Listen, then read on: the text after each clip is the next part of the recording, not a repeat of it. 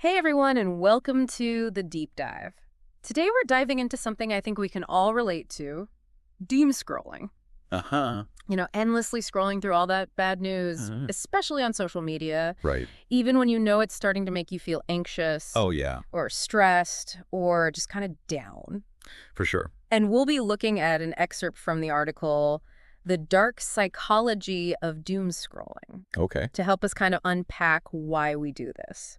Interesting. Sure. That this tendency to focus on negative information. Mm-hmm. It's interesting because it might seem like a modern problem, Yeah. with our phones and everything. Right, right. But it's really deeply rooted in our brains, actually. So it's not just like a willpower thing. Right. It's not just like, oh, just There's stop. something deeper going on. Yeah, exactly. Huh. That makes me think about like how hard it is to pull myself away from like a negative news spiral sometimes, even when I know I should. Absolutely. Yeah. And one of the key factors there is a neurotransmitter called dopamine, Dopamine. which is often called the feel-good chemical. But it's actually more about motivation and seeking rewards. Okay. And Yeah. and surprisingly, our brains release dopamine not only in response to positive experiences, Okay. but also to highly stimulating ones. And unfortunately, bad news kind of fits that description. So you're saying that like getting a rush from a scary news headline, it's kind of like enjoying a scary movie. I Yeah, can definitely relate to that. is a great analogy. Think about it this way. When you watch a horror film, right, Yeah. your heart races because your brain's perceiving this threat, even though you know it's not real. Right. That triggers a stress response and a surge of adrenaline along with dopamine. Wow. So in a way, our brains are wired to prioritize negative information because, from an evolutionary standpoint, being aware of potential threats was crucial for survival. That makes sense in like a survival of the fittest kind of way. Yeah. But it still doesn't totally explain why we keep scrolling even when it's clearly stressing us out. Well, there's another layer to this, Yeah. and it's called the negativity bias. Our brains tend to give more weight to negative experiences than to positive ones. Huh. It's like that one negative comment that overshadows a dozen positive ones. Right. So even when we encounter good news, it just doesn't have the same impact as bad news. So it's not that we like enjoy feeling bad. It's more that our brains are just wired to pay more attention to negativity. Exactly. That's kind of unsettling. It is, and it affects not just our emotions, but our decision-making, too. Really? We might become more risk-averse, overestimate threats, or even make choices based on fear rather than rational thinking. Wow. That puts doom scrolling in a whole new light. It's not just a harmless habit. It could actually be influencing how we see the world and how we make decisions. Right. But it can't just be about dopamine and negativity bias, right? Right. There's got to be something else that keeps us hooked. You're absolutely right. Another factor is our brain's incredible ability to recognize patterns. Patterns. We're wired to find order in chaos. And believe it or not, bad news often fits into predictable narratives. Look- Think about classic stories. Wars, disasters, scandals. Yeah. They tend to follow a familiar structure. Yeah. And our brains love that. So we get hooked because our brains are thinking like, oh, I know this type of story. I know how this one's going to go. Exactly. Predictability gives us a sense of control, even if the news itself is negative. Okay. And because we can kind of anticipate what might come next, it keeps us engaged, almost like we're trying to solve a puzzle. It's like we can't look away from a train wreck because we're waiting to see what happens, even though we know it's going to be bad. Right. And let's be honest, social media doesn't exactly help with this, does it? You're hitting on a key point there. Yeah. The way social media is designed plays a huge role in this. Okay. Platforms like Facebook, Instagram, Twitter, they're all driven by algorithms. Right. These complex computer programs that determine what content we see. Yeah. Based on our past behavior, our likes, our shares, even how long we linger on a post. Yeah. And here's the catch. These algorithms are designed to maximize engagement, and nothing grabs our attention quite like bad news. So it's like we're trapped in a negativity echo chamber, constantly being fed more and more of what stresses us out. It can feel that way. I have to admit, knowing that makes me feel a little powerless. I understand that feeling. But the good news is we're not completely helpless. Okay. Recognizing how these algorithms work is the first step in taking back control. Okay. The more we understand the mechanisms behind doom scrolling, the better equipped we are to break free. Okay. I'm starting to feel a bit more hopeful. But before we get into like how to break free, let's talk about something else that this article brought up. FOMO, the fear of missing out. Right? I know I scroll through news and social media partly because I'm afraid of missing something important. especially when it comes to safety or things that could affect me directly. FOMO is a huge driver of doom scrolling, and it ties back to that primal need to stay informed for survival. In today's hyper-connected world, that translates to constantly checking for updates.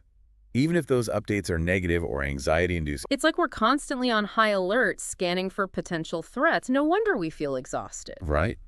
It makes me think about how often I find myself scrolling without even realizing I'm doing it. It's like an automatic response at this point. And that's precisely what makes doom scrolling so insidious. It can easily become a mindless habit that we engage in without even thinking. Yeah. And that's where the illusion of control comes in. The illusion of control. What do you mean by that? Well, in a world where so many things feel outside of our control, doom scrolling can give us a false sense of agency. Huh. It's like by staying informed, even if the information is negative, we feel like we're at least doing something, taking some kind of action. That makes sense. It's like that feeling of needing to know what's going on so you can feel prepared, even if it's for something you can't actually control. Exactly. And while staying informed is important, it's crucial to distinguish between actively seeking knowledge and getting swept away by a tide of negativity. Right. There's a tipping point where it stops being helpful and starts to actively harm our mental well-being. So how do we know when we've crossed that line? When does staying informed turn into doom scrolling? And more importantly, how do we break free from this cycle? Those are excellent questions, and we're going to dive into those next. Okay, good, because I'm ready to hear about how to actually break free from this doom scrolling trap. I think we can all relate to that feeling of knowing we should step away from the screen, but somehow we just keep scrolling. It is like a magnetic pull, isn't it? Yes. And a part of that has to do with how our brains perceive information. This article actually used the analogy of junk food to describe doom scrolling. Junk food. Yeah, it's readily available, easy to consume, and it gives us a quick hit of stimulation. That's a pretty striking comparison. I've definitely felt that empty feeling after a long doom scrolling session. So if bad news is like junk food for our minds, what would be the equivalent of a healthy, balanced meal? Well, think of good news and uplifting content as the vegetables of information. Okay. They might not be as flashy or immediately gratifying, but they nourish our minds and contribute to a more balanced information diet. So it's not about avoiding bad news altogether, but rather about being more intentional about what we consume and making sure we're getting a healthy mix of information. Exactly. And that's where understanding the role of social media algorithms becomes crucial. Okay. Remember how we talked about how these algorithms are designed to keep us engaged? Right. Well, they do that by constantly feeding us content that's similar to what we've engaged with in the past. Right. So the more we click on, like, and share negative content, the more the algorithms show us similar stuff. Yeah. It creates this kind of negativity feedback loop. It's like being stuck in a bubble where all you see is the bad stuff, even if there's plenty of good stuff happening out there. That's a great way to put it. But just knowing about this can help you start breaking free. Okay. For example, you can consciously choose to engage with more positive content, Okay. like comment and share those uplifting stories and articles. Mm-hmm. You can also unfollow or mute accounts that consistently bring you down. Those are great practical tips. It's empowering to realize that we can actually train the algorithm to show us more of what we want to see instead of just passively accepting whatever it throws at us. Absolutely. And there are other things you can do too. One of the most effective strategies is setting boundaries. Boundaries. Yeah, decide how much time you want to spend consuming news each day and stick to it. You can even use apps or website blockers to limit your exposure. Okay. It's like setting a budget for your time and attention. I love that analogy. It makes it so much clearer. Just like with a financial budget, sometimes you need to make tough choices about where you allocate your resources. Exactly. And don't underestimate the power of simply being more mindful of your scrolling habits. Okay. Ask yourself, why am I scrolling right now? Am I looking for information, or am I just trying to distract myself or numb out? If it's the latter, maybe it's time to do something else that brings you genuine joy. I know, I've definitely caught myself scrolling out of habit, almost like a mindless reflex. And, sometimes stepping away from the screen and doing something completely different can be the best antidote to doom scrolling. Absolutely. Think about the things that make you feel truly alive and energized. Make time for those activities, even if it means disconnecting from the digital world for a while. It's all about finding that balance, staying informed without letting the negativity overwhelm you. Speaking of feeling overwhelmed, this article also talked about the aftermath of doom scrolling. That feeling of anxiety, stress, and depletion that often follows. It's like we know it's not good for us, yet we keep doing it, almost like any unhealthy habit. That's a very astute observation. And it's important to remember that breaking free from doom scrolling is a journey, not a destination. Okay. There will be days when you fall back into old habits, and that's okay. The important thing is to be kind to yourself, recognize the pattern, and gently steer yourself back on course. So it's not about striving for perfection, but rather about developing a healthier relationship with information. It's about being mindful of our scrolling habits, setting boundaries, and choosing to nourish our minds with content that uplifts and empowers us. This has been so insightful. I agree. It's a conversation that's worth continuing both with ourselves and with those around us. Yeah, it is. It's empowering to think about how we can shift our relationship with information and create a more positive online experience. Like, we don't have to be passive consumers. Exactly. We can reclaim our agency and be more intentional about what we consume. Yeah. It reminds me of something that this article mentioned about recognizing our own individual triggers. Triggers. What do they mean by that? Well, just like certain foods might trigger cravings for some people, certain types of news or social media posts can trigger a doom scrolling spiral for others. And it's important to be aware of what those triggers might be for you. That makes a lot of sense. Yeah. For me, it's definitely those stories about political conflict or social injustice. They just get me riled up, and I find myself getting sucked into endless debates and arguments online. And that's a perfect example of how recognizing your triggers can help you make more conscious choices.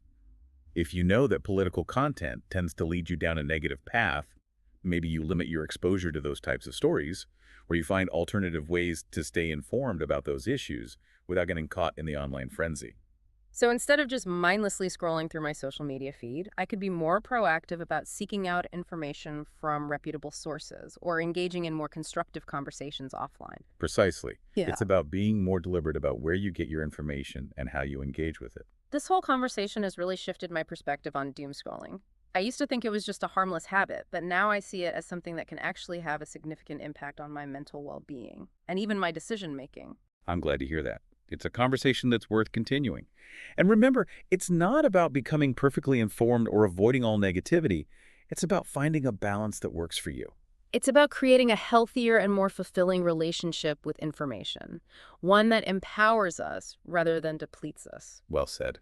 Well, I think that about wraps up our deep dive into doom scrolling. We've explored the psychology behind it, the role of social media, and most importantly, some practical strategies for breaking free. I hope this has been helpful for you. To our listener, we leave you with this. Remember, you have the power to choose how you engage with information.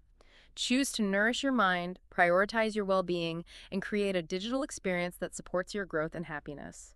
Thanks for joining us on the deep dive.